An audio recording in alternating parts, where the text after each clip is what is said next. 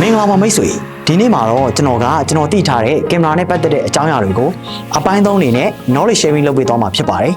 အပိုင်း2မှာတော့ကင်မရာကိုပါဝါမွန်ခင်မှာစစ်ဆေးရမယ်ကင်မရာ body ကိုတော့စစ်ဆေးခဲ့ပြီးသွားပြီအခုကင်မရာ lens ကိုထပ်ပြီးတော့စစ်ဆေးကြမယ်ကင်မရာ lens ကိုစစ်ဆေးတဲ့အခါမှာကင်မရာ lens ရဲ့အကြောင်းကိုသိထားဖို့တော့လိုအပ်ပါတယ်ကင်မရာ lens နေမှာဆိုလို့ရှိရင်အခြေခံအားဖြင့်အမျိုးအစား2မျိုးရှိပါတယ်အဲ့ဒီ2မျိုးကတော့ zoom lens နဲ့ prime lens ဖြစ်ပါတယ်zoom lens ဆိုတာကတော့ကင်မရာ lens ရဲ့အပေါ်မှာမီလီမီတာနံပါတ်2မျိုးပါတဲ့ lens တွေကို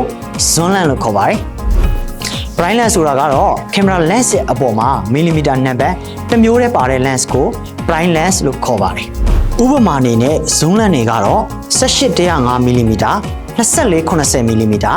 90-200 မီလီမီတာစတဲ့ lens တွေဖြစ်ပါတယ်။ prime lens တွေကိုဥပမာအနေနဲ့ပြောပြရမယ်ဆိုလို့ရှိရင်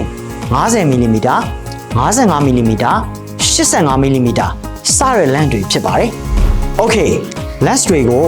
ဘာဖြစ်လို့မီလီမီတာနဲ့ပြောရတာလဲဆိုတာကိုသိချင်တယ်ဆိုရင်တော့နောက်ဗီဒီယိုမှာပြန်တွေ့ကြမယ်ဗျာ။